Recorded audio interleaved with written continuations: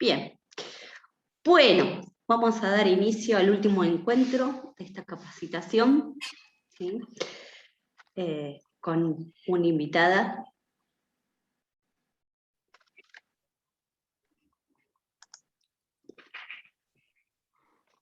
Una invitada que también hoy nos va a acompañar junto a Pablo Farreda. Así que bueno, le vamos a dar la bienvenida a Salomé Suárez. Bienvenida, Salo.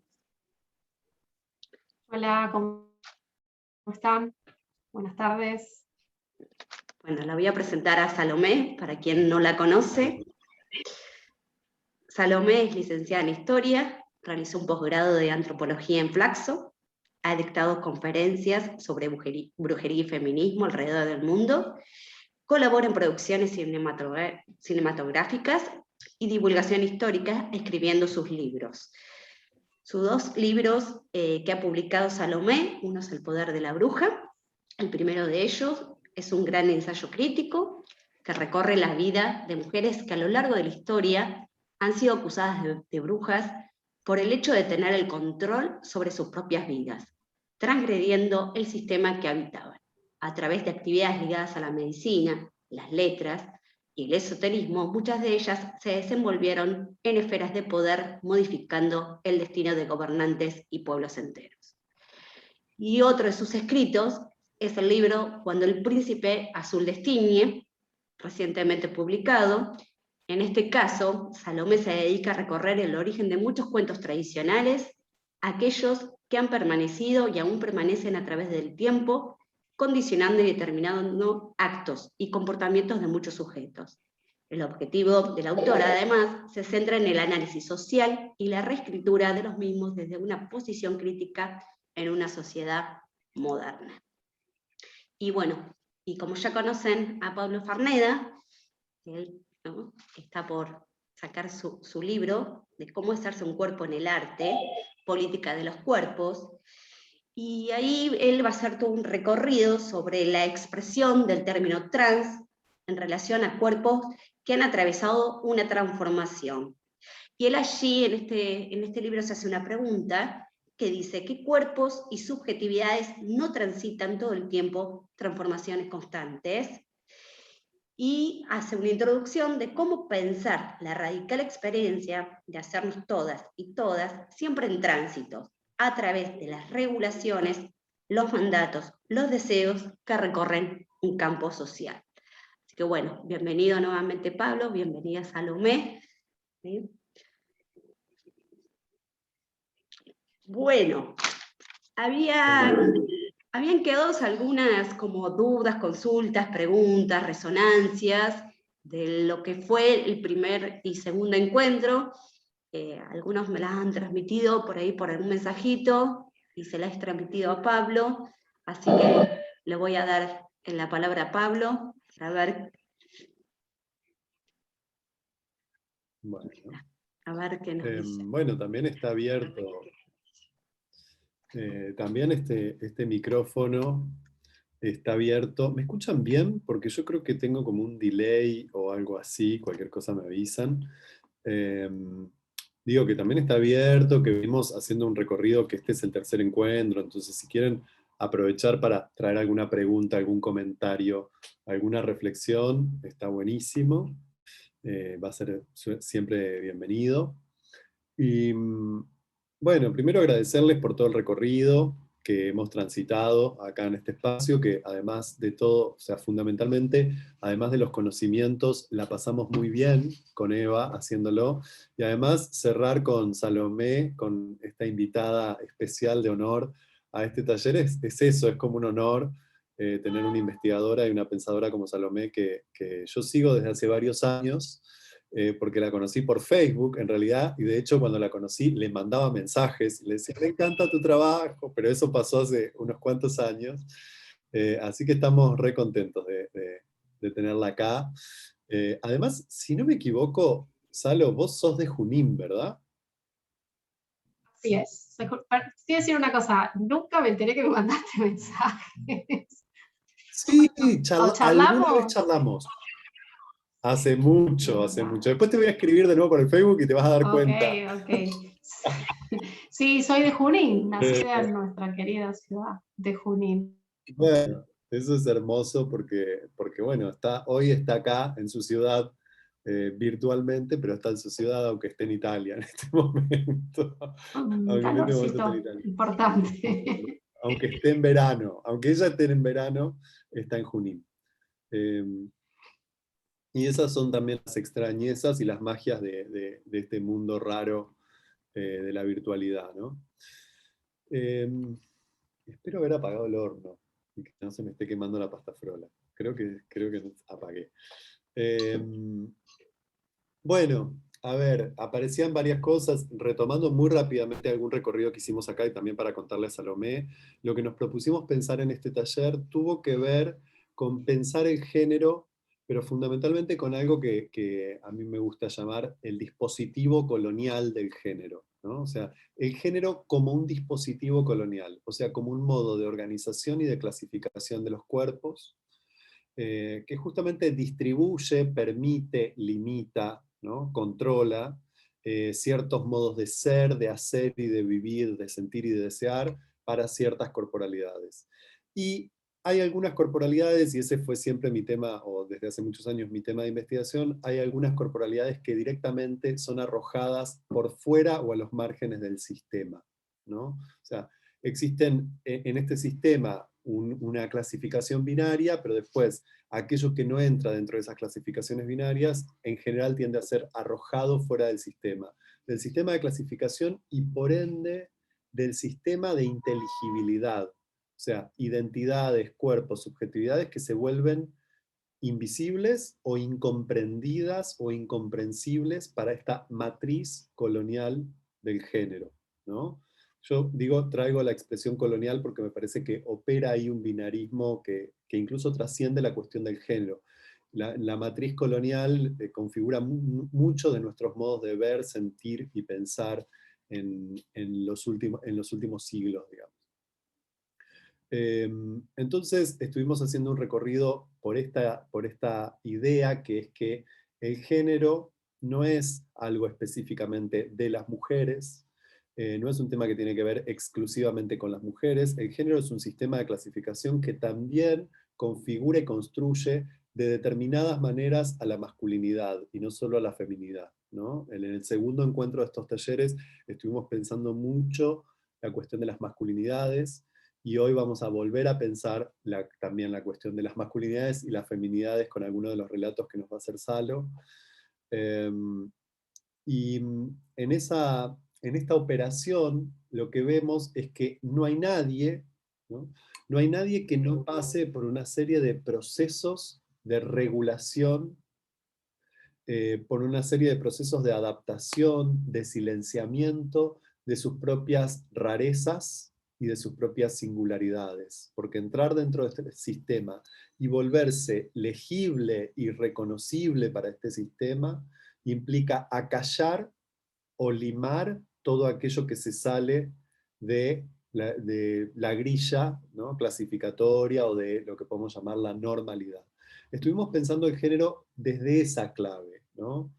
Eh, Pensarlo así, bueno, implica verlo en una perspectiva un poco, por lo menos a mí me gusta pensar que es un modo de verlo más ampliamente, y surgió un comentario, una pregunta que me había pasado Eva, pero que por ahí alguien que esté aquí lo quiere retomar, porque yo no sé de quién era esa pregunta, que tenía que ver con qué pasa con la ley Micaela en Argentina y con cierto concepto del género que la ley Micaela plasma. Y a mí me parecía una pregunta muy interesante. Quien la haya formulado, ¿quiere formularla en voz alta o prefiere que yo la retome? No sé si está acá o no. Ok, la retomo por mi cuenta, digamos. Dale Eva. nomás, Pablo, sí. Bueno, bueno, una de las cosas que traían ahí es que la ley Micaela, que ustedes saben que en Argentina es la ley que compromete a todos los organismos del Estado a formar en temáticas de género, en el ámbito de los tres poderes, además, ¿no? El poder legislativo, judicial y ejecutivo, o sea, a todo trabajador del Estado y trabajadora del Estado, ¿no? La ley compromete a formarse en cuestiones que tienen que ver con género y diversidad. Y entonces una pregunta que aparecía ahí tenía que ver con las violencias, y por ejemplo, ¿qué pasa con las violencias cuando la violencia en un vínculo familiar o de pareja es recibida por el varón, ¿no? Y no por la mujer? Entonces, ¿eso se piensa como violencia de género? Eh, y la ley Micaela nos invita a pensar que no, en principio la ley Micaela va a dictaminar, digamos así, que se consideran cuestiones que tienen que ver con violencia de género, la violencia contra las mujeres. De hecho, tenemos leyes que hablan de violencia contra las mujeres también, ¿no? Contra las mujeres y las diversidades. Y a mí me parece que, en principio, eso está, digámoslo así, por lo menos desde mi perspectiva, todo puede ser repensado, ¿no? Pero me parece que está bien que las leyes centralicen un cierto concepto de violencia de género respecto de una violencia que es histórica y que es la violencia hacia las mujeres. Y que si bien yo acá digo y sostengo, porque la pregunta aparecía ahí, ¿no? Bueno, pero Pablo dice que el género es un sistema y que ese sistema también incluye pensar la masculinidad y todos tipos de violencias, y eso es cierto, pero eso no oculta ni niega que hay, podríamos decirlo así, situaciones y demandas estratégicas que necesitamos sostener, ¿no? O que el Estado necesita sostener.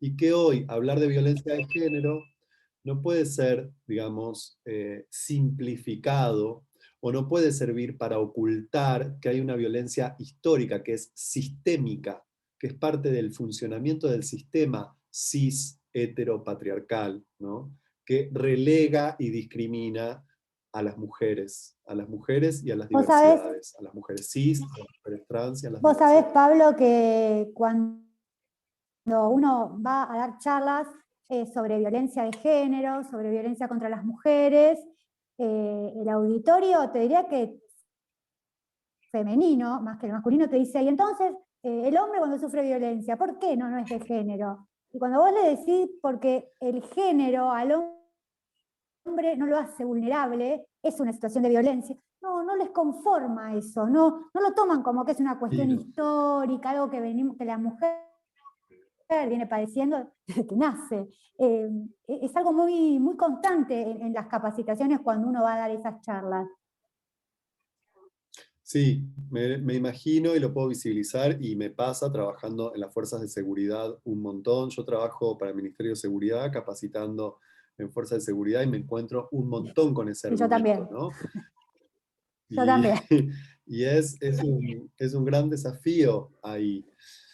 Lo que pasa es que, bueno, me parece que también si uno, digamos, hay que alojar que esas son las cosas que tienen para decir, y al mismo tiempo sostener por lo menos desde mi parte, es sostener ciertos argumentos que tienen que ver con la historia, y con la historia y con con los relatos históricos, pero además con la construcción de la historia como campo científico también, ¿no? Entonces, me parece que eso es válido. Ustedes saben que yo vengo de ámbitos que tienen que ver más bien con el arte, pero ¿por qué no pensarlo ahí desde una validación científica? Que son cómo la historia construye sus saberes. De esto nos puede hablar mucho mejor Salomé, que es historiadora. Yo soy historiador del arte, pero ella es historiadora a secas, y para mí merece más respeto que mi trabajo de historiador. Eh, y me parece que es interesante pensar eso, porque uno podría decir, bueno, pero ¿cómo podemos demostrar en un sentido, entre millones de otros, esto que estamos conversando y que Lía traía ahora? Bueno, si uno piensa, por ejemplo, cómo se ha distribuido la riqueza históricamente en la tradición occidental, ¿no? Cómo es que efectivamente los varones hasta ahora siguen ganando más dinero por los mismos trabajos que realizan mujeres, ¿no? Eso son pequeños ejemplos históricos, sociales, sociológicos, con los que uno puede pensar cómo efectivamente la discriminación es sistémica, ¿no? Cómo hay discriminaciones sistémicas, lo que no niega ni pretende negar que hay varones golpeados. No estamos diciendo que no existan varones golpeados. Lo que estamos diciendo, como muy bien dijo Lía, es que el género para el varón no es una condición de discriminación, ¿no? No es una situación de discriminación. Y me parece que ese es uno entre tantos de los argumentos que podemos sostener cuando nos encontramos en esta situación. ¿Está bien? Bueno, ahí era un poco para retomar ese comentario que nos traían. Que creo que en distintos planos no se invalida lo que dice la ley Micaela con lo que yo trato de sostener cuando digo que el género es un sistema y que no es exclusivamente un problema de mujeres. Creo que justamente se complementan porque están operando como argumentos en distintos planos, ¿no? Cuando yo digo que nos atraviesa el género es que necesitamos que cada vez más varones se pongan a pensar las cuestiones de género, ¿no? Que necesitamos que los varones puedan verse a sí mismos como atravesados por el sistema de género, ¿no? Y que eso implica también para los varones un montón de violencias silenciadas, pero no la violencia que reciben de una mujer que los golpea, como hay casos, no estoy diciendo que no existan. Las violencias que los varones padecen para poder ser leídos como varones en el campo social. Y de eso se habla poco, ¿no? Los varones digo, yo no me incluyo porque yo me siento bastante poco varón, porque cumplo bastante poco con los mandatos de la masculinidad, pero digo, los varones tienen que demostrar que son fuertes, tienen que demostrar que son proveedores, tienen que demostrar que saben pelear, que saben pegar, y se tienen que dejar pegar, ¿no? Para demostrar que se la bancan, porque si el varón sale corriendo para que no le peguen, es un cagón y es un gallina, ¿no? Bueno, yo toda la vida fui un cagón y un gallina que salía corriendo de las peleas. Y bueno, y eso tenía costos, o sea, fíjense cómo son entrampes en los que quedamos. Y ahí Eva traía una cita de un poco de esa introducción al libro que estamos a punto de publicar con Editorial La Endija, en donde a mí lo que me interesa pensar en ese libro, con un conjunto de artistas trans, que son mis aliadas, algunas, mis amigas, otras, eh, es pensar cómo aprendí de la mano de estas artistas trans que no hay nadie que no transite por el género, solo que hay tránsitos que tienen costos mucho más altos para las personas trans, ¿no? Hay personas como las mujeres cis o las mujeres o los varones trans que pagan peajes muchísimo más altos que los peajes que pagan los varones por transitar el género. Ahora, lo que a mí me parece interesante de rescatar ahí es no hay ningún cuerpo que no esté siendo hecho por los mandatos sociales, que no esté atravesado por las tecnologías que le dan forma a los cuerpos en una sociedad. No existe un cuerpo natural. No existe algo así como un cuerpo natural. Ningún cuerpo es el efecto de la naturaleza. Está siempre moldeado y constituido por discursos, palabras, valores, pero fundamentalmente tecnologías que le dan forma. Y los cuerpos de las mujeres cis y de los varones cis están tan intervenidos por el lenguaje y las tecnologías como cualquier cuerpo de una persona trans. Lo que pasa es que nos cuesta aceptar eso, ¿no? Tendemos a ver a un cuerpo trans como un cuerpo, bueno, artificial, como si mi cuerpo no estuviera todo el tiempo artificializado por todas las modulaciones que lo atraviesan, desde la ropa, desde los colores, desde las tecnologías como los lentes que artificializan el cuerpo, cualquier tecnología. El lente uno puede decir, bueno, pero el lente no es una tecnología del género. No, pero muchas otras sí, como por ejemplo dejarse la barba pero recortársela, o afeitarse o depilarse. Todas esas son tecnologías sobre los cuerpos para darle forma a un cuerpo que pueda ser reconocido como varón o como mujer. Y no es distinto de lo que pasan las corporalidades y las subjetividades trans. Lo que pasa es que nuestra sociedad se las cobra mucho más caro a esos tránsitos, ¿no? Y un poco en ese libro a presentar, porque esto todavía no es una presentación, digamos, todavía está virtualmente, el libro ya está por salir en papel. Ustedes saben que yo ahí trabajo, o no lo saben por ahí, por eso se los voy a contar, el recorrido de una artista que yo quiero mucho, que se llama Elizabeth Mia Chorupsik, una artista que falleció en el 2014 con 25 años, y fue una gran artista de performance y de arte conceptual, dejó una gran obra de arte conceptual plasmada en blogs, ¿no? El modo que ella tenía de comunicar sus proyectos artísticos era construir blogs. De hecho, hay uno que es muy famoso, su obra es cada vez más famosa, hay uno que es alucinante que se llama Nunca serás mujer. Están más que invitadas a recorrer ese blog que se llama Nunca serás mujer, en donde ella recibe el comentario de una familiar que le dice, mira, aunque vos te pongas tetas, te dejes el pelo largo, te vistas como mujer, vos nunca vas a ser mujer, porque vos no menstruás y no sabés lo que es eso. Y bueno, como argumento del ser mujer, menstruar es un argumento bastante poco, ¿no? Porque muchísimas mujeres en el mundo todavía no menstruan o ya no menstruan y no dejan de ser mujeres por no menstruar.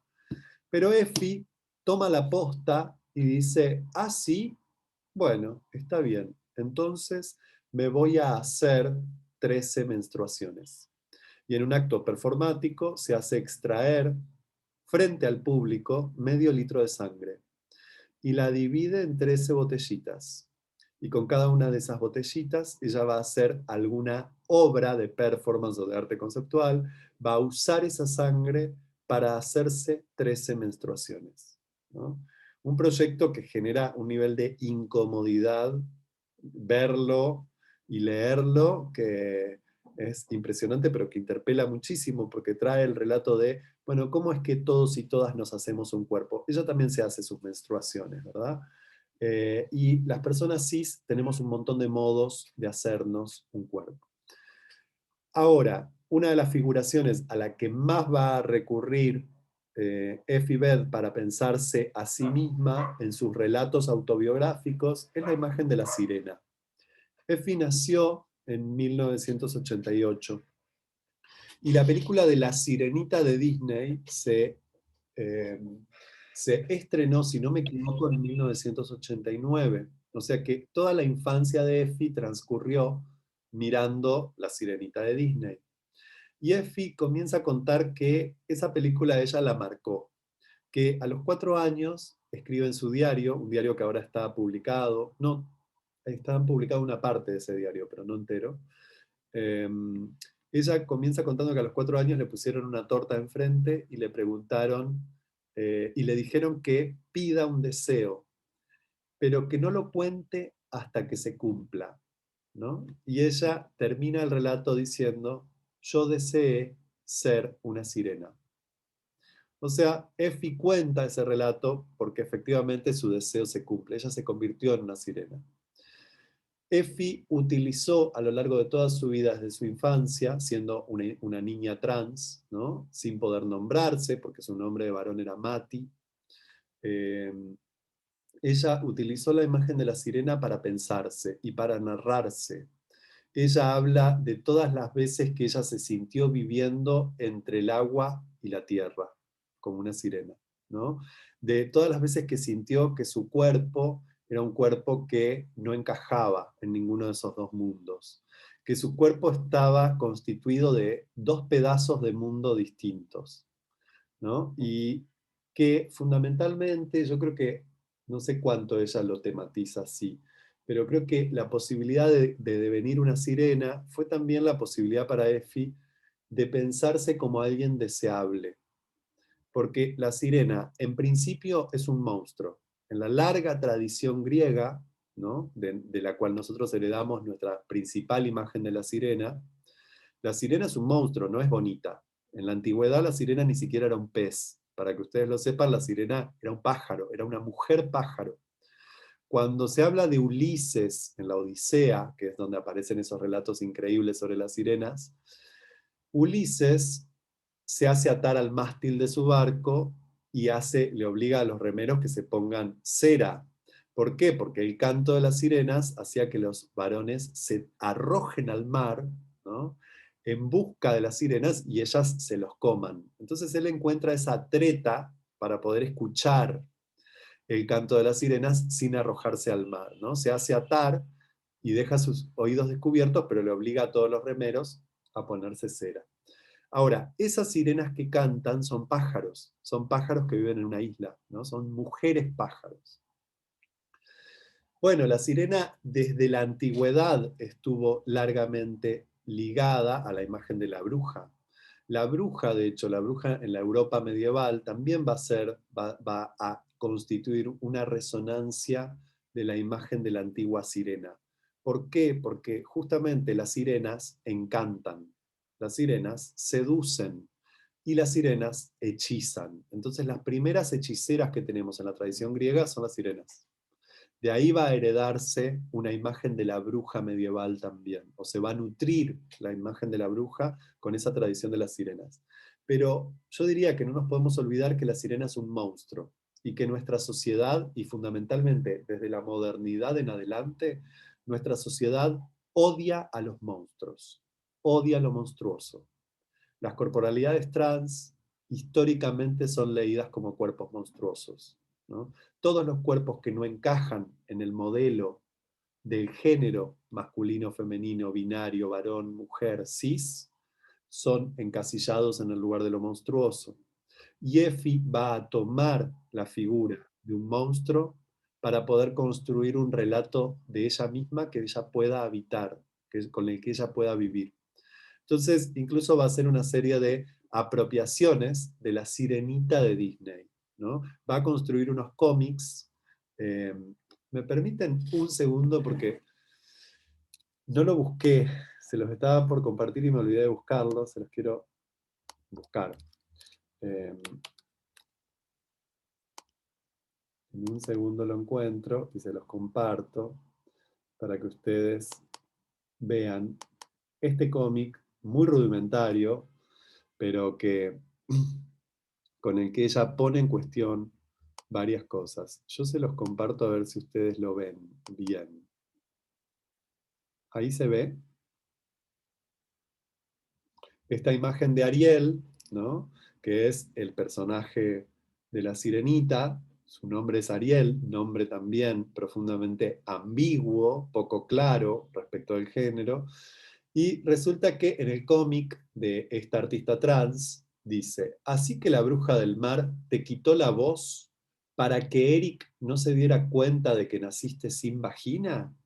Bueno, ahora habrá que taparte con algo, ¿no? Resulta que en el relato que hace Effie Beth de Ariel, la bruja del mar le da 2 piernas a Ariel, pero también, por las dudas, le da un pene, ¿no? Entonces ahí aparece, ahí asoma la cabeza del pene en el agua, y el pelícano le dice, bueno, va a haber que taparte con la gaviota, le dice, va a haber que taparte con algo, ¿no? Es un modo que tiene Effie también de apropiarse de ese relato de la sirenita. O sea, pensemos que, y ahora Salomé va a retomar todo este relato, pensemos que la sirenita es alguien que para poder constituirse en mujer tiene que volverse muda.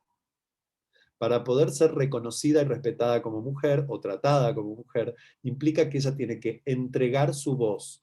Pero además, para las subjetividades trans, la voz es un tema muy problemático, porque la voz es ese elemento que puede desestabilizar la imagen, porque muchas mujeres trans pueden construir una corporalidad, ¿no?, femenina que al nivel de lo visual es perfecta, pero la voz puede detonar, ¿no? Entonces es interesante cómo Effie también vive ahí este relato de la sirenita que tiene que callarse para poder ser reconocida como mujer, ¿no? Me gustaría pedirle a Salomé que resuene con todas estas cosas que yo estoy diciendo, si tiene ganas, y que nos cuente un poco más de su investigación sobre las princesas, o sea, todo lo que quiera, la brujería, las princesas, Ariel. Bueno, cómo no. Una cosa antes de lo que vos hablabas de la cuestión del trans como un monstruo o una monstruosidad.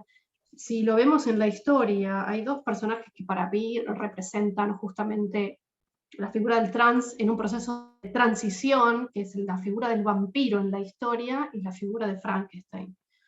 Cuando Mary Shelley escribe Frankenstein a principios del siglo XIX, esto es una apreciación mía, ¿no? Como que pienso que ella hace una crítica de la ciencia y de la tecnología, porque Víctor Frankenstein es justamente un científico que desafía la muerte, queriendo revivir a esa criatura, y que después esa criatura, incluso en la misma novela de ella, es como un paria en la sociedad, que no es aceptado, es un zombie, es un no vivo, es un personaje transicional. Pienso que también ella escribe en un momento justamente de transición en la historia, en donde la tecnología, la transición entre la ilustración, el mundo contemporáneo, en donde la tecnología juega, sobre todo la electricidad, juega un rol re importante, ¿no?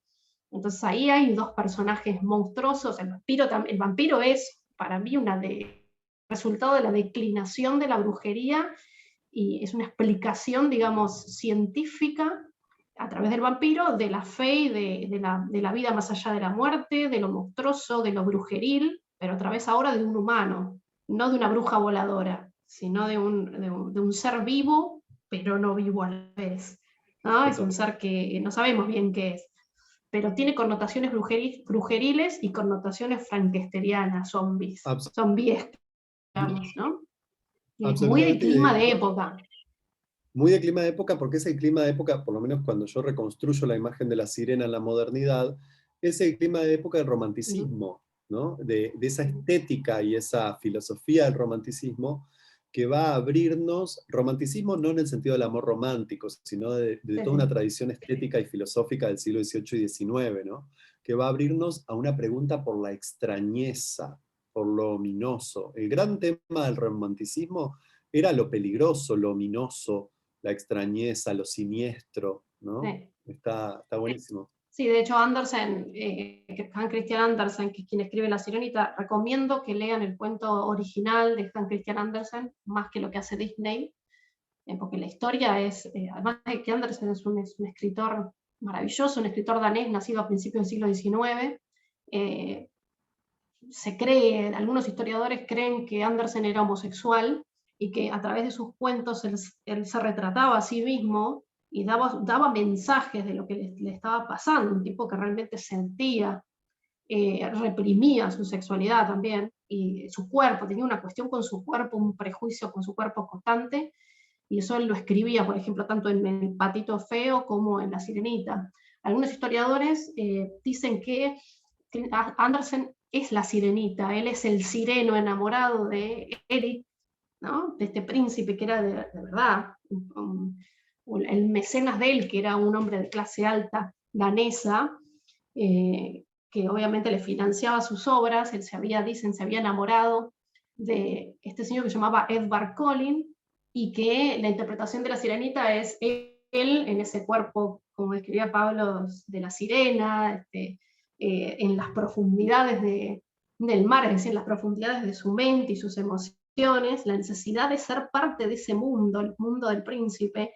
implicaba hacer una transformación, ¿no? Pero a que no sabemos si él estaba dispuesto a hacer, porque cuando hace el pacto la sirena con la bruja, realmente es un pacto muy duro, porque ella adquiere las piernas. Ustedes yo en el libro del príncipe traigo fragmentos de la versión original de Andersen de 1864-65, en donde cuando ella hace el pacto, obviamente no es solo la voz lo que entrega, sino que es al tercer día conquistar al príncipe, sus piernas, ella iba a poder caminar, pero sus piernas iban a estar constantemente siendo clavadas, constantemente y sangrando. O sea que ella, ese pacto para ser humana implicaba un sufrimiento atroz, ¿no? Que era lo que pienso yo que Andersen sentía. El entregarse a ese amor podría costarle sangre, sudor y lágrimas. Por eso yo creo que la sirena que él toma es esa imagen de este personaje mitológico, misterioso, seductor, pero también monstruoso, ¿no? O sea, yo creo que él tenía, o sea, la idea de la homosexualidad la veía como una cuestión monstruosa, más en esa época, ¿no? Donde siglo XIX, pensemos que el siglo XIX, la época romántica, es extremadamente misógina, extremadamente violenta. Se ve muy bien tanto en los cuentos de Andersen como en los cuentos de los hermanos Grimm, con cuyos finales son extremadamente violentos. Y bueno, tiene mucho que ver con lo que estaba diciendo Pablo, ¿no? Y lo mismo decía yo, por eso les traía cuenta la figura del vampiro, Si leen el poder de la bruja van a encontrar en el capítulo del siglo XIX cómo se va dando esa transformación de la bruja al vampiro, y cómo va en cierta forma transmutando de una forma fantástica a una forma racional, pero que en el fondo sigue existiendo la idea de monstruosidad. Y también se ve en el arte eso. Pablo puede saberlo más que yo, se ve muy bien en el arte la cuestión de la bruja diabólica con el vampiro, la cuestión de lo mágico y la asociación de la magia con lo monstruoso, porque es algo que no se puede explicar, que la ciencia no puede explicar, es algo que está constantemente en la historia, pero se ve muy bien trayendo la idea de lo trans en ese siglo, ¿no?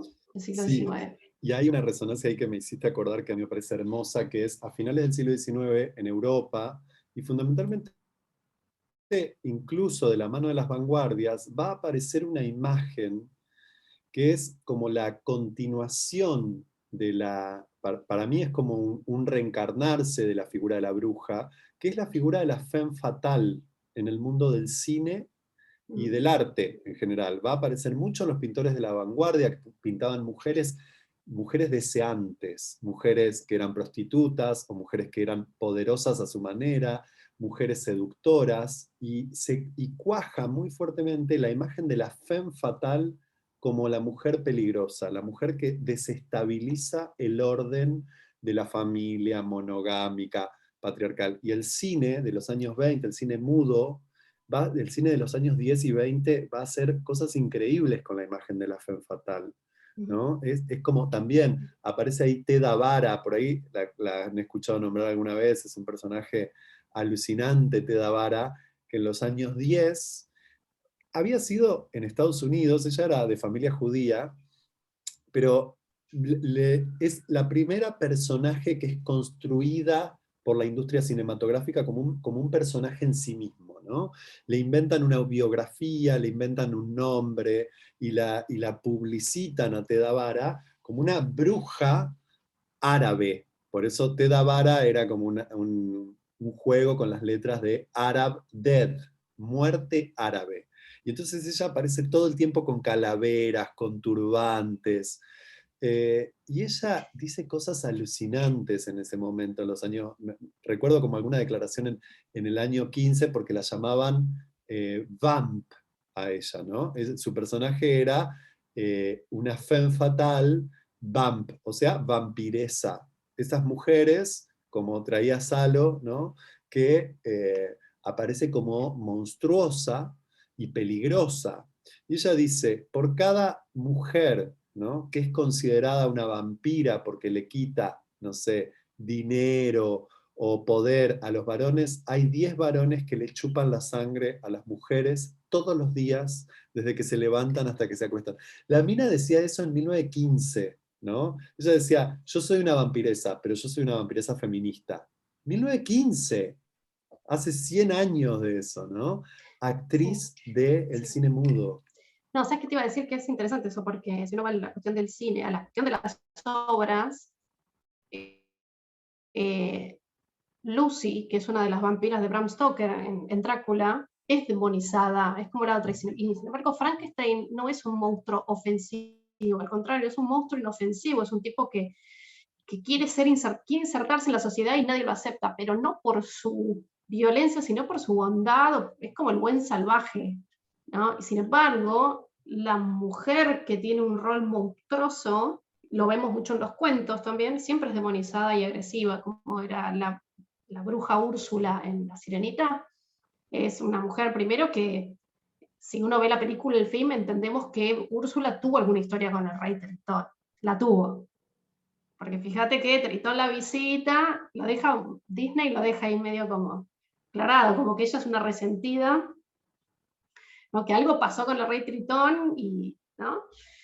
Y es representada como una mujer gorda, con lo cual ahí la gordura también entra a jugar un rol de monstruosidad, porque el estereotipo tanto de las brujas de Disney como de las brujas en las historias reales son mujeres cuyos cuerpos están destruidos o cuyos cuerpos son gordos o tienen nariz ganchuda, porque también las brujas eran asociadas con la imagen del judío, ¿sí? De las nariz ganchudas, las caras así, o sea, había hasta estereotipos de eso construidos, ¿no? Y cómo se va jugando con esos estereotipos, tanto porque en los cuentos, no solo en Disney no tengo cuento porque Disney es la pantalla grande, todos lo vimos alguna vez, pero si uno va a los cuentos originales, el estereotipo de la bruja se sigue repitiendo, como una imagen de una mujer oscura, monstruosa, violenta, agresiva, paria de la sociedad.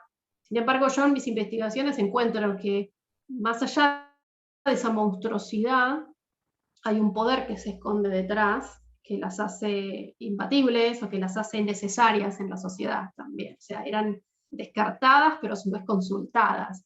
Eran descartadas, pero a su vez eran necesarias, porque todos los reyes de la historia, presidentes, han tenido, o gobernantes, han tenido siempre una bruja, un brujo también, porque acá también hay que hacer una mea culpa con nuestra profesión. Durante muchos siglos los historiadores hombres han invisibilizado, la historia, digamos, machista, hegemónica, patriarcal, heteropatriarcal, ha invisibilizado a muchas mujeres y a muchos hombres, porque que el hombre sea brujo no encaja. Siempre la bruja, siempre pensamos en la bruja, no pensamos en el brujo. En todo caso pensamos siempre como en el astrólogo, el hechicero, o no sé, el curandero, pero el brujo es difícil que lo vamos a encontrar en la historia, en las fuentes, como el brujo. ¿No? Encontramos siempre en la bruja. La figura de la bruja es explícitamente una mujer que tiene un pacto con el demonio, y que la hace monstruosa. ¿Sí? Esa es la diferencia con la hechicera, por ejemplo. Uno dice, bueno, ¿qué es la diferencia entre una hechicera y una bruja? La hechicera es la mujer del pueblo que sana, que todas las van a la que van a consultar, la que van a ver, pero como que es una mujer querida, sobre todo en la antigüedad.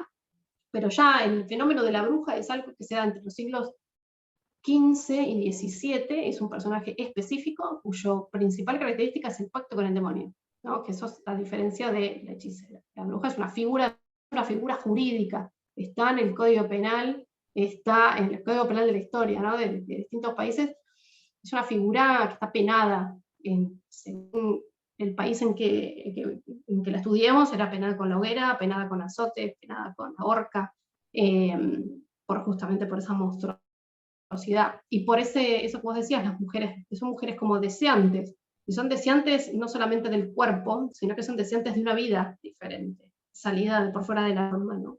Eso también lo que las hacía como en cierta forma poderosas. Porque a veces encontramos que el concepto de bruja no es solamente, por lo menos en mi hipótesis, no solamente es una relación explícita con el demonio y con la magia, sino también con el rol en que cumplen en la sociedad. Yo tomo el concepto de bruja como mujer de poder, gracias al concepto de las mujeres de los años 60, ¿sí? De la época de nuestra querida Simone de Beauvoir, ¿sí? la tercera ola, en donde las mujeres, los movimientos wiccanos de los años 60 en Inglaterra y Estados Unidos empiezan a reivindicar a la bruja como un personaje de poder, ¿sí? Que toma decisiones con su cuerpo, que decide qué hacer con su vida, ¿sí? Entonces, a mí me parece que pensarlo como más amplio, ¿no? Que el concepto de la bruja tiene que resignificarse a lo largo de la historia, porque esa es la única forma que tenemos de crear conciencia, ¿no? Entonces, sí tenemos un concepto de bruja tradicional en la historia que abarca esos siglos, que es un fenómeno mayoritariamente europeo, y lo tenemos también en los Estados Unidos, con el último gran caso que es el Salem, pero también encontramos en América brujas, como tal, lo que pasa que llega tardío, el concepto de bruja como mujer que hace pactos con el demonio y por ende debe ser perseguida, eso ya en todo lo que es el Tucumán colonial nuestro, y como en el virreinato de Nueva Granada y en el Nueva España también, son más para el siglo XVII, los juicios que encontramos. Ese fenómeno de bruja, sí, es histórico, pero yo propongo pensarlo como algo más amplio, y no solamente como un personaje relacionado con lo monstruoso y lo demoníaco, sino relacionado con el poder, ¿sí? Porque es lo que yo encuentro en las fuentes, encuentro que se esconde un miedo tremendo a la bruja por la capacidad que tiene de decisión sobre sus cuerpos, sobre los cuerpos de otras mujeres, en el hecho de poder tener el conocimiento de medicinas abortivas, por el hecho de dar la vida, porque muchas de esas mujeres eran parteras, ¿no? De ejercer un control de natalidad, como diría Federici en el Calibán y la bruja, ¿sí? Por tener ese poder de regular la vida. Entonces va mucho más allá de lo que entendemos como bruja tradicional, ¿no? Así que eso era un poco lo que les quería aportar. Y eso fue obviamente, si van al libro de los cuentos de hadas, van a encontrar que las brujas reales que están en el libro del poder de la bruja, trasladadas a los cuentos, es más o menos similar, ¿no? Lo que pasa es que encontramos relatos fantásticos y encontramos que hay una pedagogía, ¿sí? En los cuentos de hadas, hay una pedagogía acerca de la diferenciación entre una madre y una madrastra, la asociación madrastra-bruja, ¿sí? Un padre ausente, un príncipe que rescata constantemente, ¿no? O sea, es como... todo el tiempo, se escucha un ruido monstruoso, es el tren. Por ahí estoy hablando y... entonces van a encontrar eso en el cuento, en Príncipe Azul de Estiñe. De Estiñe justamente porque la idea es de construir estos cuentos de hadas, entender que fuimos educados, porque todos fuimos educados en esos cuentos, en que se encuentra un mensaje ahí tremendo del concepto de ser rescatadas, sobre todo las mujeres, sobre todo mujeres que duermen, porque si uno ve en los cuentos de hadas, muchas princesas duermen, y son besadas por un príncipe sin pedirlo, ¿no? Aunque en los cuentos tradicionales, más que ser besadas, son violadas, ¿sí? En el cuento de La Bella Durmiente, en el cuento original del siglo XV, la Bella Durmiente es violada por el padre, en algunas versiones, y por el príncipe en otras versiones. Pasa que después, cuando ustedes van viendo la evolución del cuento, si se le puede llamar evolución, se van, digamos, cambiando esos finales, ¿no? Porque los cuentos de hadas no eran para niños al principio, no estuvieron pensados para niños. El concepto, la idea de niñez es algo que en el siglo XVI, XV no existía. Eso es algo recién del siglo XVIII. Si leen el tratado de Rousseau que se llama Emilio, o de la educación, van a encontrar ahí la primera idea de la separación entre la esfera del adulto y la esfera del niño. Y entonces los cuentos empiezan a cambiar, empiezan a ser modificados, y se limitan a la imagen de la bruja. Por eso la bruja nunca se modifica, la bruja siempre es bruja y monstruosa. Se acrecienta esta idea de lo oscuro en la bruja barra madrastra, ¿sí? Y se acrecienta la idea de la princesa como ese personaje débil al que hay que rescatar, ¿no? Hay que rescatar de la bruja malvada. Pero esos cuentos en realidad, previo al siglo XVIII, eran cuentos para adultos, eran cuentos que se relataban en las cortes francesas, sobre todo en la corte de Luis XIV, 1660 más o menos, para entretener a los nobles. Y los niños y los adultos no se entendía esa idea de niño adulto, entonces los niños y los adultos compartían todas esas cosas, esas historias, ¿sí? O sea que no se entendía la niñez como tal. Por eso lo novedoso de los hermanos Grimm es esa capacidad de transformar esa monstruosidad en algo bello, lamentablemente, ¿no? Porque los cuentos terminan siendo entretenidos, pero nos entretenemos con la monstruosidad de la bruja, nos entretenemos con la monstruosidad de una madrastra, y nos enseñan que la madrastra es mala, que la mamá es buena, aunque siempre en los cuentos las madres están muertas. Ustedes se fijan en la mayoría de los cuentos de hadas, no hay madre, las madres mueren. ¿Sí? Siempre hay madrastras ahí malvadas, ¿no? Y siempre hay príncipes que tampoco tienen, fíjense, ni los príncipes ni las princesas tienen nombres propios. Todos son adjetivos: la sirenita, la bella durmiente. No las conocemos por sus nombres propios, las conocemos por adjetivos. Y los príncipes tampoco, directamente no les vemos la cara. Por lo general son príncipes que vienen por la espada en alto, con un caballo a rescatar y se van.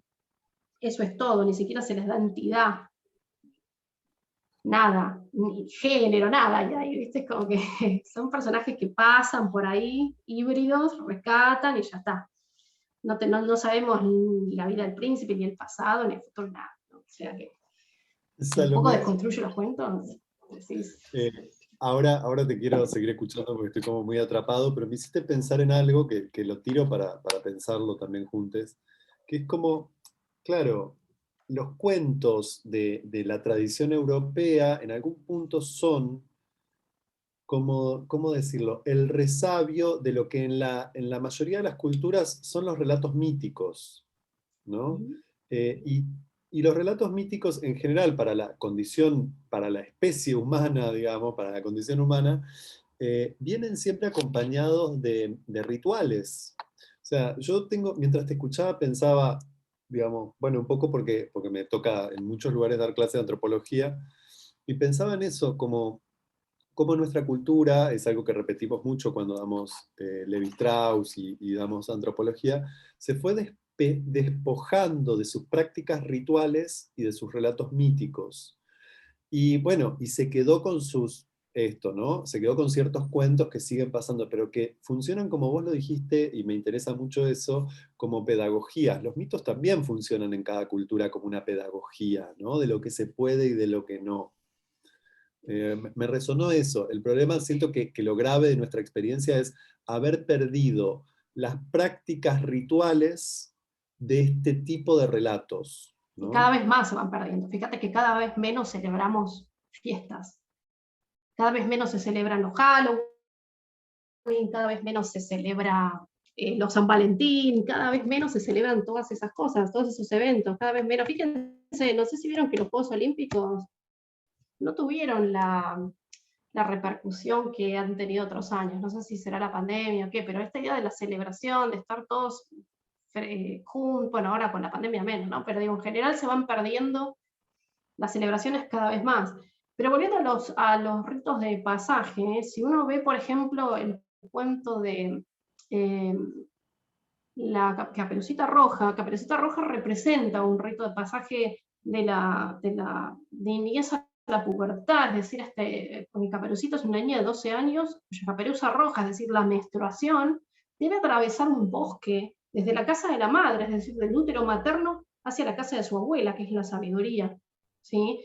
En algunos rituales, en algunos ritos de pasaje nórdicos y germanos, en la antigüedad, las niñas hacían ese pasaje, o sea, eran acompañadas por una anciana, ¿sí? De un lugar a otro, ¿sí? en un escenario, digamos, con flores, donde se les marcaba esta idea de ya no son más una niña. Bueno, de hecho el matrimonio es un sacramento, pero es un rito de pasaje porque el catolicismo no es más que es una celebración pagana más, nada más que hegemónica, pero tiene elementos de paganismo. Una misa, por ejemplo, una misa católica, tiene elementos bien paganos, como comer el cuerpo de Cristo, tomar la sangre. Los vikingos también pedían la sangre de Odín y comían el cuerpo de Thor, ¿sí? Pero digo, en cuanto a lo que es la Caperucita Roja, es simbólicamente eso, y si uno va a ver lo que sucede cuando ella llega a la casa, que se encuentra el lobo en la antigüedad simbólicamente representa la sexualidad. Y ahí viene también un poco que Rómulo y Remo, los primeros reyes de Roma, son alimentados por una loba. ¿Sí? La palabra loba en el latín antiguo es lupa, de ahí viene lupanar, que es el lugar de los prostíbulos, ¿no? Entonces la cuestión del lobo siempre es asociado con la sexualidad, con lo cual este cuento que es de corte popular, porque no tenemos un autor propio, lo que nos está indicando es el lobo son esos peligros, y el bosque es ese escenario de rito de pasaje, es la vida misma. El bosque, la vegetación, es la vida, ¿sí? Atravesando ese bosque nosotros atravesamos un crecimiento en nuestra vida de un periodo a otro, pero en el medio el peligro es el lobo. En algunos cuentos van a encontrar moralejas donde cuentistas como Perrault, que era el cuentista de Luis XIV, deja una reflexión final que dice: ojo a las niñas de ser seducidas por los lobos que andan sueltos por ahí, ¿no? Lo cual el lobo de hecho se acuesta en la cama y ella se acuesta desnuda con los lobos. Ustedes analizan bien el cuento, cuando ella le dice que haga ojos grandes que tenés para verte mejor, que manos grandes que tenés, ¿no? Para agarrarte, tocarte mejor. En realidad está haciendo alusión a justamente eso, a un hombre. En este caso pensemos, estamos hablando de la primera aparición del cuento en Occidente en 1690, por ahí, de un consejo que se le daba a las niñas jóvenes que empezaban a menstruar, de cuidarse de los lobos sueltos, ¿no? De esos lobos solitarios. Pero justamente es un rito de pasaje de una niña a su pubertad. Porque el cazador es algo que los hermanos Grimm incluyen recién en el siglo XIX. Nunca hay cazadores en los cuentos originales de Caperucita. Es solamente esa transición de la casa de su mamá a la casa de su abuelo. Es decir, de un útero materno hacia un estadio de sabiduría y aprendizaje. Entonces, todo, ¿cómo nos damos cuenta que el cuento de corte popular es el reto de nuestra propia vida? y que esa pedagogía popular, si se quiere, porque el cuento era la educación de las clases trabajadoras y de los nobles que también, el cuento es aquello que fue educando a generaciones, pero nos damos cuenta cuando empezamos a deconstruir en esta época de deconstrucción, que en realidad se esconden detrás mensajes muy duros respecto de las mujeres, los hombres, la vida, ¿no? Yo Sí, voy, Alucinante el relato. yo voy a espolear un poquito el libro de Salomé, ¿no? Tomando un poco esto de Caperucita Roja, ¿no? Voy a introducir un párrafo que dice: la niña inocente accedió sin dudar más allá de lo incómodo de la situación, porque al meterse en la cama descubrió que era el lobo quien estaba ahí y no su abuela. Como vemos, la versión de Perrault tiene un final abrumador, pues el lobo termina comiéndose a Caperucita luego de que ella se desvistiera y se metiera en la cama con él. Hasta ahí, ¿no? Es tremendo. Es tremendo. Y tenemos miles de historias así. Si pueden, accedan a leer Barba Azul también, que están en femicida Barba Azul. ¿Han leído? ¿Alguien lo conoce? Algo pasó con tu micrófono. A ver ahí. Me parece. Ahí. Les Perfecto. preguntaba si alguien había leído el cuento de Barba Azul, que es la historia de un femicida.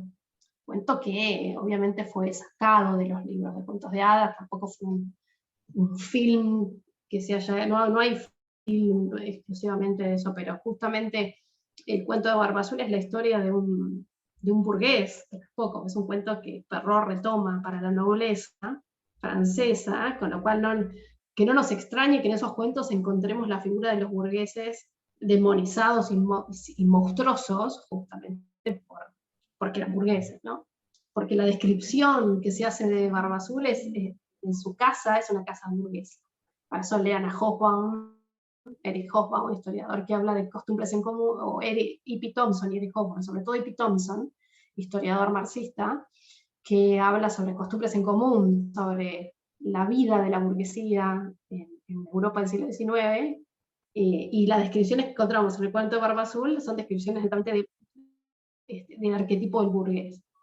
Dice este hombre que termina, o sea, casándose con una joven, que cuando él se va de viaje, lo voy a hacer bien cortito, cuando él se va de un viaje, esta jovencita decide quedarse en su casa, se queda en su casa y decide inspeccionar la casa. Entonces él le dice: puedes ir a todos lados menos a tal habitación, ahí no puedes entrar. Exactamente igual que La Bella y la Bestia, no pases como le dice la Bestia a la Bella, no, al ala oeste nunca.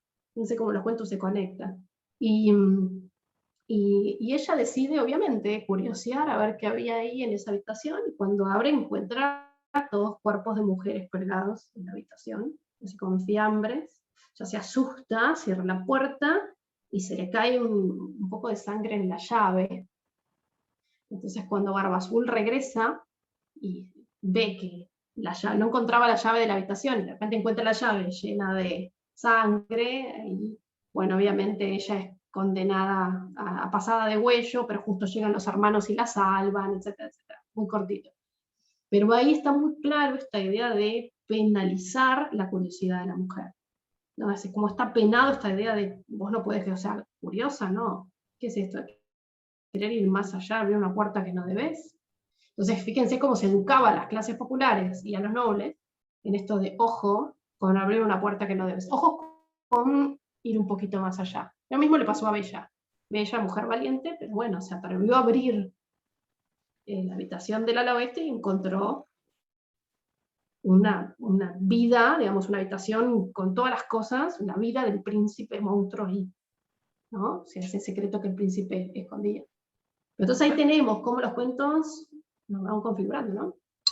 ¿Sabes con qué cuento resonaba Salomé, que estaba, ¿no?, con Alicia en el País de las Maravillas, ¿no? Esto que vos decís, que también es un rito, un pasaje, ¿no?, de la infancia a la adultez, con todos los personajes que ella se encuentra. Sí, aparte ella va cayendo en un agujero, cae, y no se sabe a dónde, ¿no? Pero bueno, sí, el atravesar ese mundo sin sentido, justamente donde ella, fíjate, cuando curiosea y abre una puerta con la llave se hace gigante, después se hace chiquita, después es la vida misma, bueno, porque Tocson, el autor, tenía un tema también con su imagen, con la edad, con la cuestión del tiempo, tenía todo un tema con el tiempo, con el volverse viejo, ¿no? Y otros temas más oscuros también de su vida, ¿no? También hay que decirlo, ligué algunas puteadas de algunos haters, porque obviamente dije que Tocson era pedófilo, de hecho está casi comprobado que era pedófilo, hay fotos donde él sacaba fotos, fotografiaban a niñitas chiquititas, desnudas en el siglo XIX. Entonces, Alicia Liddell, así se llamaba, Alicia era una de estas nenitas retratadas por él. ¿No? De ahí sale el cuento de Alicia. Era un profesor de matemáticas y decide escribir el cuento de Alicia inspirado en esta jovencita, en esta niñita a la cual fotografiado. Tanto él como James Matthew Barrie, el autor de Peter Pan, también tenía ese pasado oscuro. Léanlo en el libro porque ahí con fuentes, ¿no? Digamos, yo he encontrado fuentes donde uno puede pensar en la posibilidad de que estos personajes, autores de algunos autores, porque algunos cuentos son anónimos, pero de estos autores en particular, que tienen un background muy, muy oscuro, teñido de todas estas cosas que estuvimos hablando, si se quieren monstruosos, ¿no? Pero sí. Lean Barba Azul porque es un... Aparte lean el Barba Azul original, que yo lo rastré, es uno de los soldados de Juana de Arco. Aparentemente, como los cuentos tienen un basamento de realidad, algunos historiadores encontraron que podría ser el satanista Leroy, que era compañero de guerra de Juana de Arco, y que hacía todas estas cosas, tenía habitaciones con niños colgados, hacía rituales satánicos. Así que es muy interesante de dónde vienen los cuentos. Qué tremendo.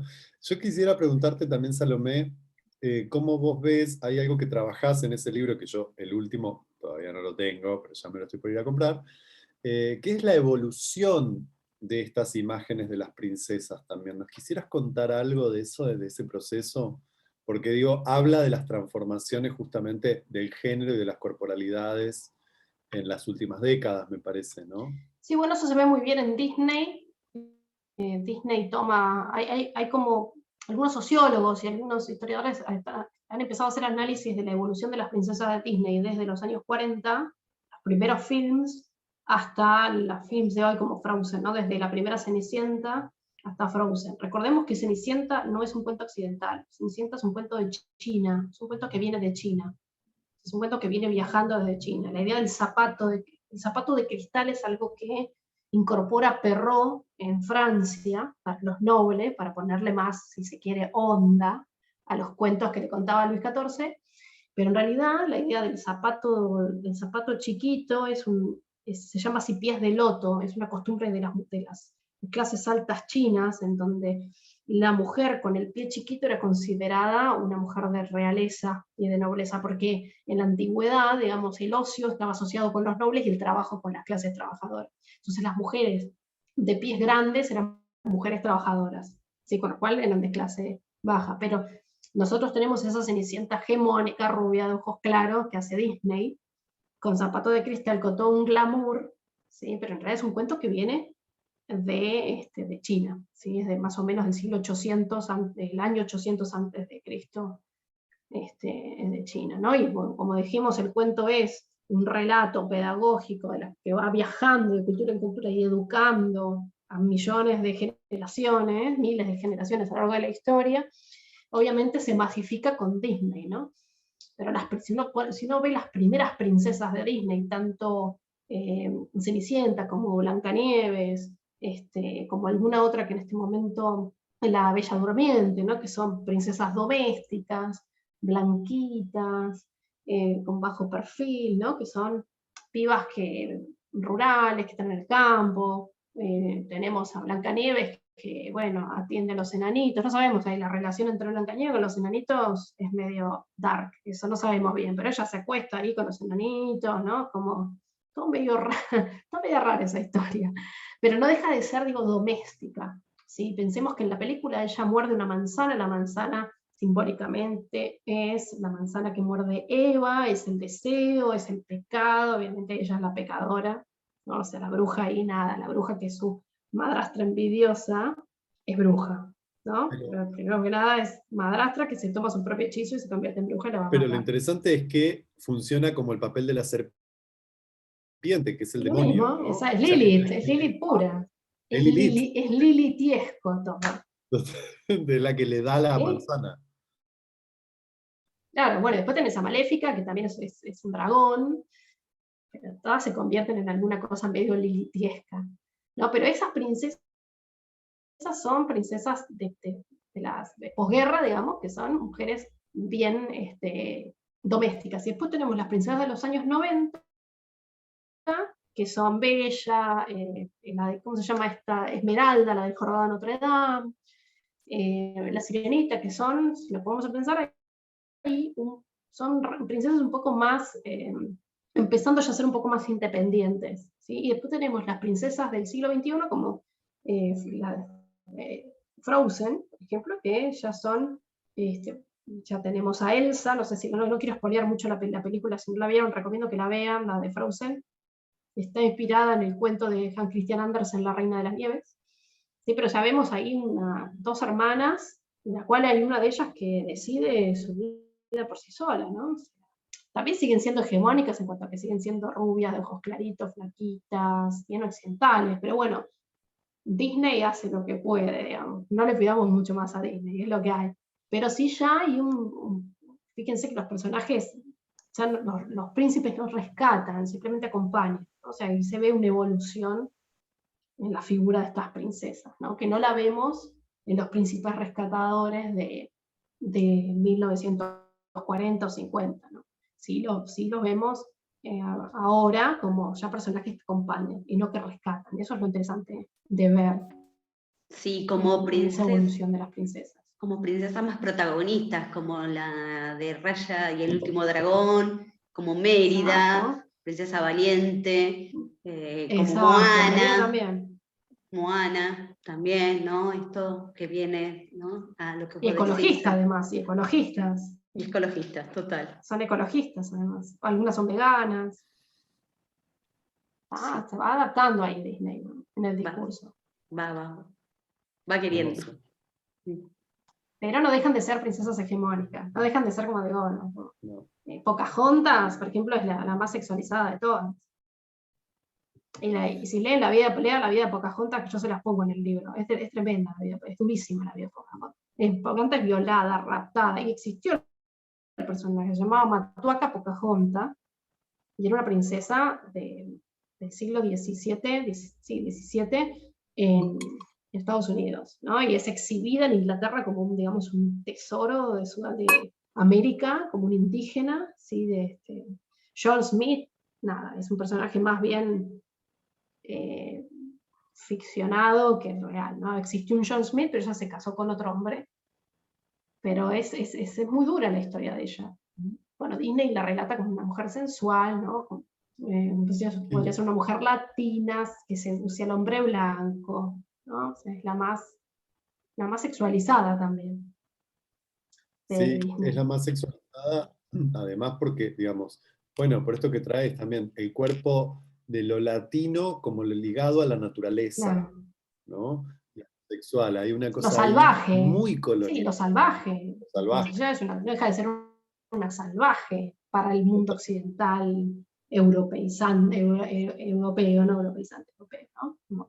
Ujú. Porque ella es un objeto de seducción sexual, o sea que ahí tenés tenés de la mano la cuestión de la sexualidad con lo salvaje, prohibido, ¿no?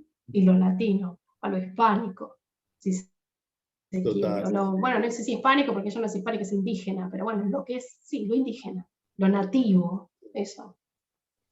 Se ve muy bien. Pensaba también el contraste, me hiciste recordar a una película que yo amo profundamente, que se llama La Princesa Mononoke, que por ahí es una peli que a quienes les interese está en Netflix y es de un director de apellido Miyazaki, una película japonesa, básicamente de anime japonés.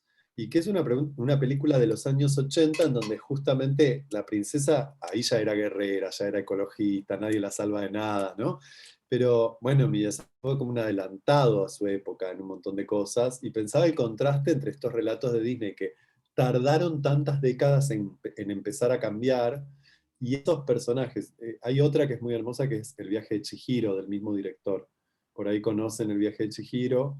Bueno, la princesa Mononoke también, son personajes donde ya hace bastantes décadas antes que Disney, Miyazaki ya estaba pensando otras princesas. Chihiro también es una princesa, es una heroína, digamos, ¿no? Eh, pero qué contrastes. Pensé eso primero, y después pensé otra cosa que es, qué loco que yo no sé si hoy sería posible construir un relato como lo que pasó con Pocahontas, ¿no? Porque cuando sabemos cuál es la historia de Pocahontas, hoy es como políticamente incorrecto hacer un relato de así, sería, ¿no? En este contexto en donde negás totalmente la historia real del personaje y haces un absoluto delirio fantasioso. Es como interesante para pensar también el cambio de época. Sí, sí, total. ¿Me escuchan ahí? Porque tengo otra vez el bendito tren que pasa. Dejemos pasar el tren. Ahí vamos a pasar el tren. Dejemos pasar el Sí, tren. es cierto. Y otra cosa, ahí pasó. Sí, no sé si se podría hacer eso, pero por ejemplo, sí se podrían como deconstruir esas princesas y hacerlas de nuevo para mí con una visión. Lo que pasa es que, no sé, por ejemplo, si uno ve el de La Bella y la Bestia, La Bella y la Bestia de Disney, hay como una cosa intermedia, y porque Bella es una piba independiente que además lee, que no es poco, ella es una lectora, no es poco. En Disney, porque en el cuento original nada que ver de esto, pero lean el cuento de Jean-Marie Le Prince Beaumont. Yo igual en el libro les extraigo un par de fragmentos interesantes de Marie Le Prince. Marie Le Prince Beaumont es una escritora del movimiento preciosista, que es el movimiento de la literatura protofeminista de fines del siglo XVII y principios del siglo XVIII. Es casi contemporánea a Mary Wollstonecraft y a Olympe de Gouges, que son las primeras feministas que hacen las revoluciones, que acompañan la Revolución Francesa. Bueno, más Olympe de Gouges que Mary Wollstonecraft, ¿no? Pero Jean-Marie Le Prince Beaumont escribe para los salones literarios franceses y escribe exclusivamente para las mujeres que sean obligadas a casarse con hombres mayores o hombres o sea, con matrimonios arreglados, ¿no? Ella escribe exclusivamente para esas mujeres y las trata de ayudar y las educa en esto de cómo tienen que lidiar con el varón. Y de ahí surge en la historia de la Bella y la Bestia. O sea, la bestia es ese hombre al cual las jovencitas lo veían. Ahí tenés otra cosa, Pablo, justamente la cuestión de la monstruosidad en estos maridos a los cuales estas chicas eran obligadas a vivir, ¿no? Siempre pensando en una idea de, estamos hablando de las clases aristócratas, ¿no? Porque Marie Le Prince Beaumont escribía para las clases altas de Francia. Pero justamente después Disney extrae fragmentos de ese cuento y pone a Bella que lee, pero ahí sigue habiendo una violencia porque obviamente el mensaje es tenés que aceptar primero enamorarte del secuestrador, ¿no? Ella se termina enamorando de su secuestrador, hay un síndrome de Estocolmo grande ahí entre Bella y la Bestia, y después es aceptar más allá de la violencia, porque la Bestia siempre es un personaje violento y ella como que, bueno, doma a la Bestia teniendo que fumarse a ese tipo que es insoportable. Es un tipo violento, agresivo, que grita, que le pega a las puertas, ¿ves? O sea, que ahí también hay como que el mensaje que se nos daban, por lo menos a las millennials, nosotros que somos generaciones que nos criamos con ellas, con ese tipo de princesas, las de los 90, era como, bueno, aceptarlo como es, o sea, si aceptás y lográs amarlo más allá de su apariencia, podías tener un castillo para vos, etc. ¿no? Pero es tremendo. Yo que vengo de un pueblo, también debemos de ser de la misma generación, yo nací en 1982, y vengo de un pueblo, también está ese imaginario, ¿no? Instalado en mi pueblo de, bueno, los chabones son así, ¿no? Como los relatos de mis amigas diciendo, los chabones son así. Bueno, pero actualmente, mira, me pasó, escuchándolos, estuve de vacaciones, ¿no? Fui a Mendoza y bueno, imagínate que ahí abajo cuando bajas a desayunar o a cenar, observé situaciones que, la verdad que me hacía un festín. Y en de una situación, había una mujer joven que viene con su marido, yo ya, imagínate que lo miré, revoleaba el pibe que tendría 1 año por para todos lados y se sienta, y en un momento, no sé, se ve que el tipo era separado, tenía hijos, no sé, porque empezó a hablar a los gritos, y era una cosa, esa pobre mujer así, como, bueno, me lo tengo que fumar, ¿qué va a hacer? Y yo decía, yo le pego, yo con la mirada digo, sentate ahí y dejá de gritar porque te reviento. Pero esto de que esa pobre mujer se lo estaba fumando y revoleaba el pibe para acá, para allá, y ella, ay, cuidado con el nene, lo va a hacer caer. Yo decía, ¿cómo nos bancamos todavía eso? Que es similar a ese cuento que se tiene que bancar, o eso que vos contás de tu pueblo, sigue.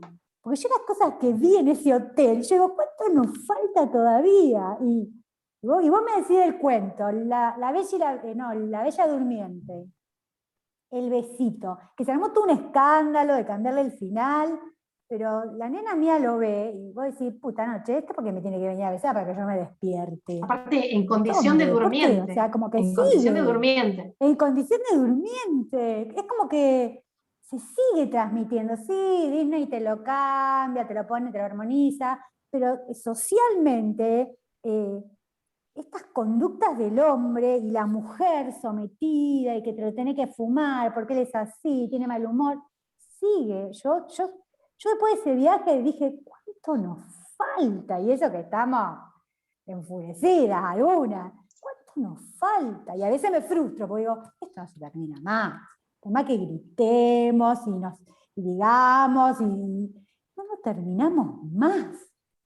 O yo estoy Sí, pero errada. son siglos y No, yo siglos. creo que Perdóname, Paula, Priscila, son siglos y siglos de haber sido educados en distintas cosas, obviamente en distintos rubros, pero digo, en el caso mío, que yo investigo cuentos, sí, o sea, la forma de educación cuando no existía la escuela, como tal, o cuando la educación no se había masificado, siempre, y los relatos de los cuentos eran los relatos de la vida cotidiana, pero era una forma de formatearnos, ¿entendés? La idea de, que es lo que cambia mucho en Disney, que vos ves de las primeras princesas de los años 50, es esta idea de que el fin último es el matrimonio, y no lo ves en Frozen, el fin último es ella,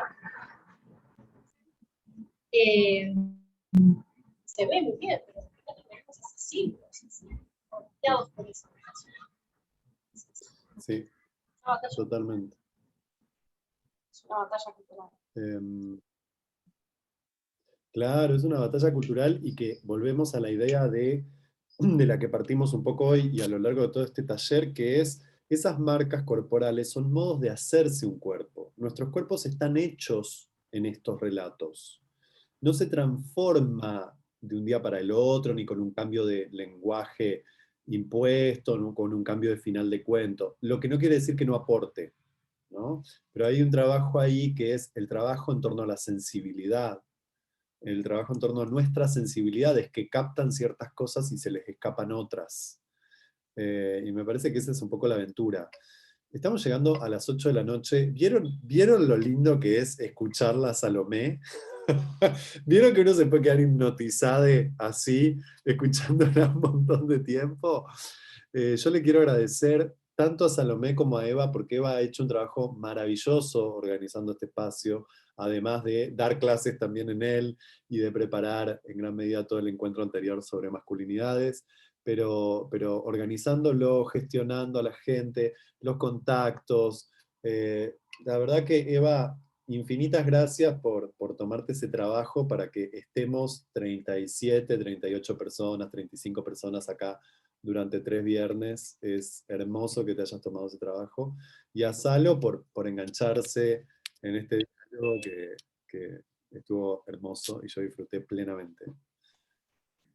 Bueno, muchas gracias y nos vamos muy por las ramas, pero espero que haya servido y bueno, después me encantaría que me den también ustedes una devolución cuando lean el libro, a ver qué les parece y sugieran qué otras cosas les gustaría que se investiguen, que porque a mí para nada mejor que venga un lector y me diga, che, me gustó esto, pero puedes hablar de esto, puedes hablar de esto otro, siempre son bienvenidas esas sugerencias, así que Total.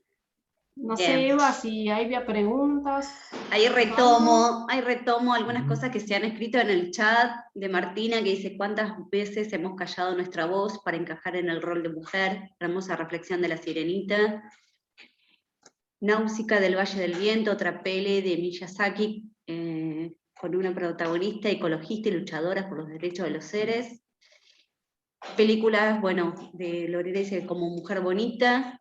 Y Su, que pregunta en cuanto a cuentos si recomiendan Mujeres que corren con los lobos. Carla, que nos dice muy interesante, muchas gracias. Muy buen análisis, un placer haber participado, gracias por invitarme. Si vuelven a organizar algo, cuenten conmigo. Muy bueno todos los encuentros. ¿Cómo se llama el libro de Salomé? Repitamos eso. Cuando el príncipe azul destiñe, ¿sí? Bueno, y el otro lo tengo, bueno, la otra habitación, El poder de la bruja. El otro es El poder de la bruja. El poder de la bruja. Y el tuyo, Pablo, Cómo hacerse un cuerpo en el arte, Y el mío, que todavía no está. Política de los cuerpos. Ya vamos.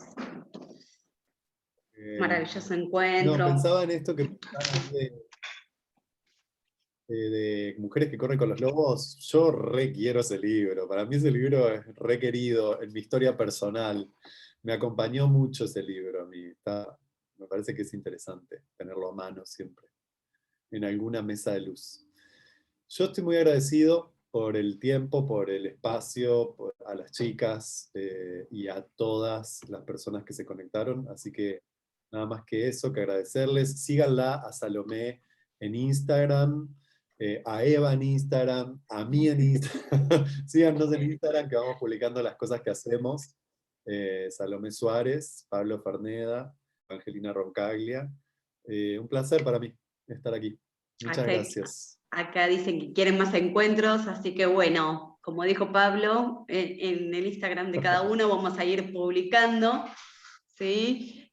A ver, primero quiero agradecerles a todos y a todas, ¿sí? Por participar.